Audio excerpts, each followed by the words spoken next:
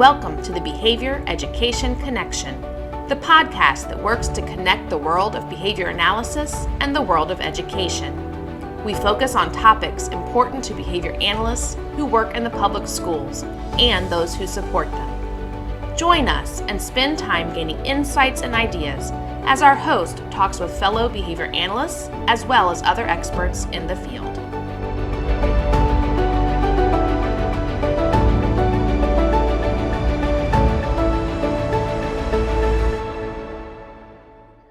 Hello and welcome to our newest episode of the Behavior Education Connection. I'm your host, Dr. Selena Layden, and I am here today with Amanda Randall. Hi, Amanda. How are you? I'm great. How are you? I'm good. Thank you for joining me today. Oh, no problems. I'm glad to be here. Can you tell us a little bit about you before we dive into our topic today?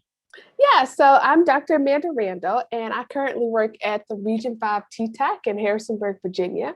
And TTAC is one of the training and technical assistants provided through the Virginia Department of Education. We're located physically at James Madison University, but we serve Region 5 of Virginia for our office, and then statewide we serve in different capacities for like the Undetermined Project and things like that. I'm also a part of this wonderful network, and I'm super excited to speak with you guys today. Well, thank you again for joining me. So today we are talking about a really important and I think really timely topic. We're going to talk about diversity and cultural competency. And I appreciate you joining us today because I know that you've been doing some work on this. And I think that you have a great perspective.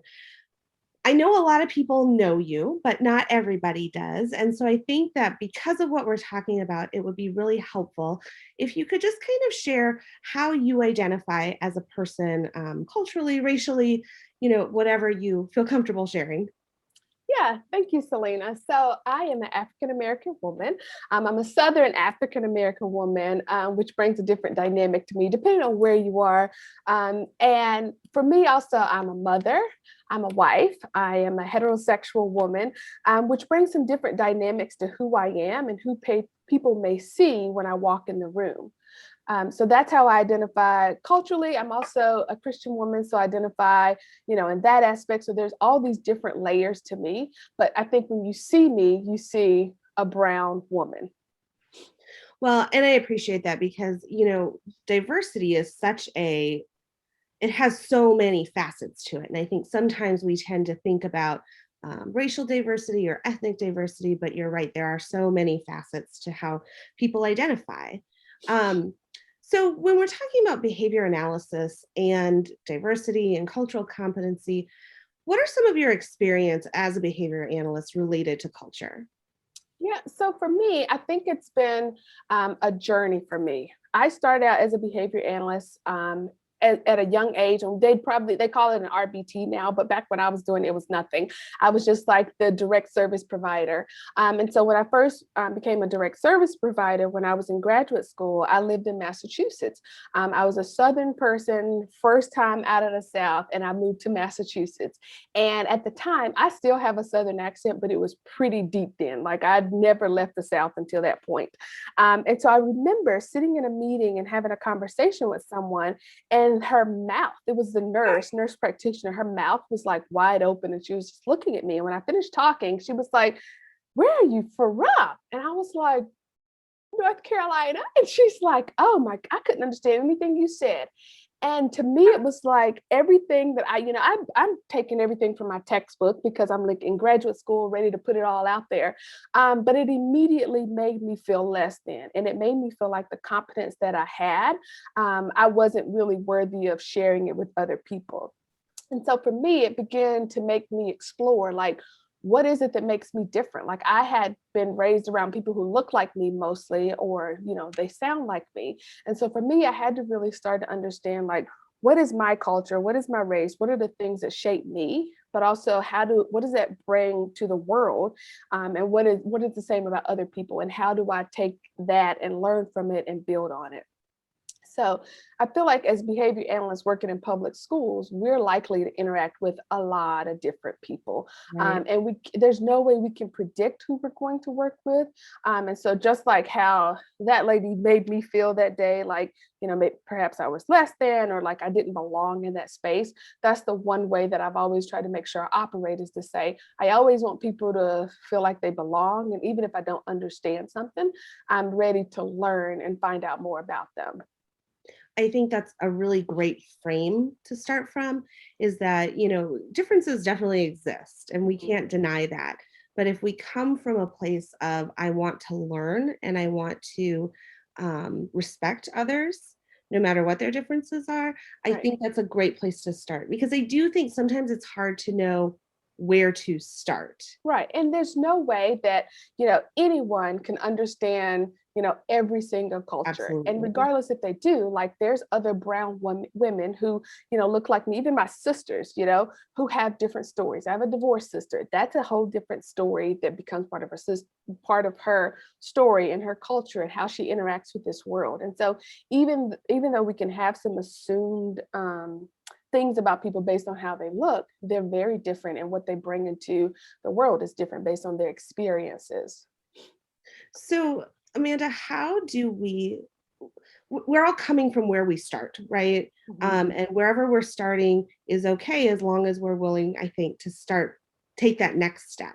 So how do you move from operating kind of under a model of whatever stereotypes that you might have, to being more of a culturally competent person? And in particular, how do we do that within our field? Yeah, I think within our field, we think about what are the most important things. And so the one thing that we have to always think about is that rapport building. How are we going to build rapport with our clients and our students to make sure that we can actually make progress with them? We can see changes in our actual data. And so that starts with us coming to them humbly, knowing what we don't know, but also trying to get a better understanding of who they are. I recently read Dr. Bettina's Love, We Want to Do More Than Survive. And in there, she talks about being historians of your students. And it's this concept of like just trying to know everything about them that you possibly can know. So that's the social, political, educational, economical, spiritual, just knowing who they are and then how you can relate to them. And so for behavior analysts, this comes back to that part of, when we understand their cultural values, we can learn more about their preferences. We can learn about what will reinforce them. We can learn, how not to offend them. I can't tell you before I became a parent how many parents I possibly offended. I've tried to find them and apologize, but it's just not happening. And also understanding their environmental circumstances and things like that. All of those things play into behavior, either to motivate behavior or to cause behavior. So really trying to understand, who are they and how can we use that to our advantage? And also, how can we make sure that we're not negatively impacting them? I really like that. I think, having done in-home, for me at least, it's easy to remember I'm in someone else's home. And Mhm. so I need to be respectful of their values and their preferences and all of that.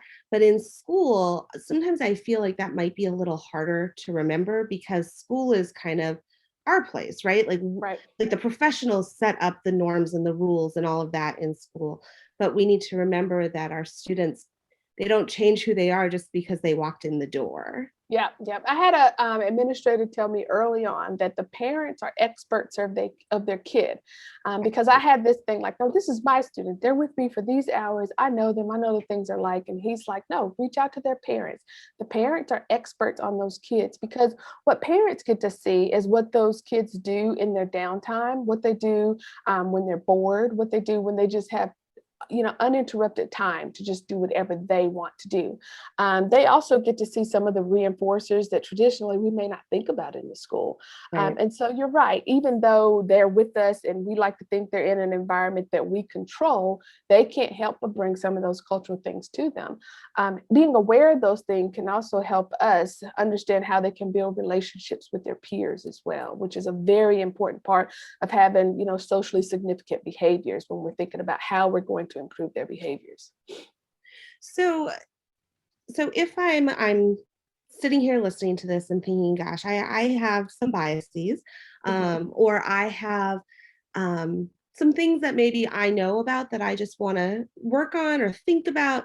What are some next steps I can take? Because, like I said, I think sometimes that first step is the hardest one. Yeah, I think it's first knowing some of your biases and knowing the things that some of the, I don't want to say issues, but they are issues because they can cause you not to be able to build relationships. And so trying not to give into those stereotypes, it's hard because even though you might be taking a stance in a certain way to say, I'm not going to give into those stereotypes, you might work on a team with people who are going to bring up information about a kid or say little things. You also have to be an advocate and say, I don't want to hear that, or that's not okay for you to say those type of things. So getting a little uncomfortable with yourself, but also with some of your peers to say, we're not going to give into these negative stereotypes.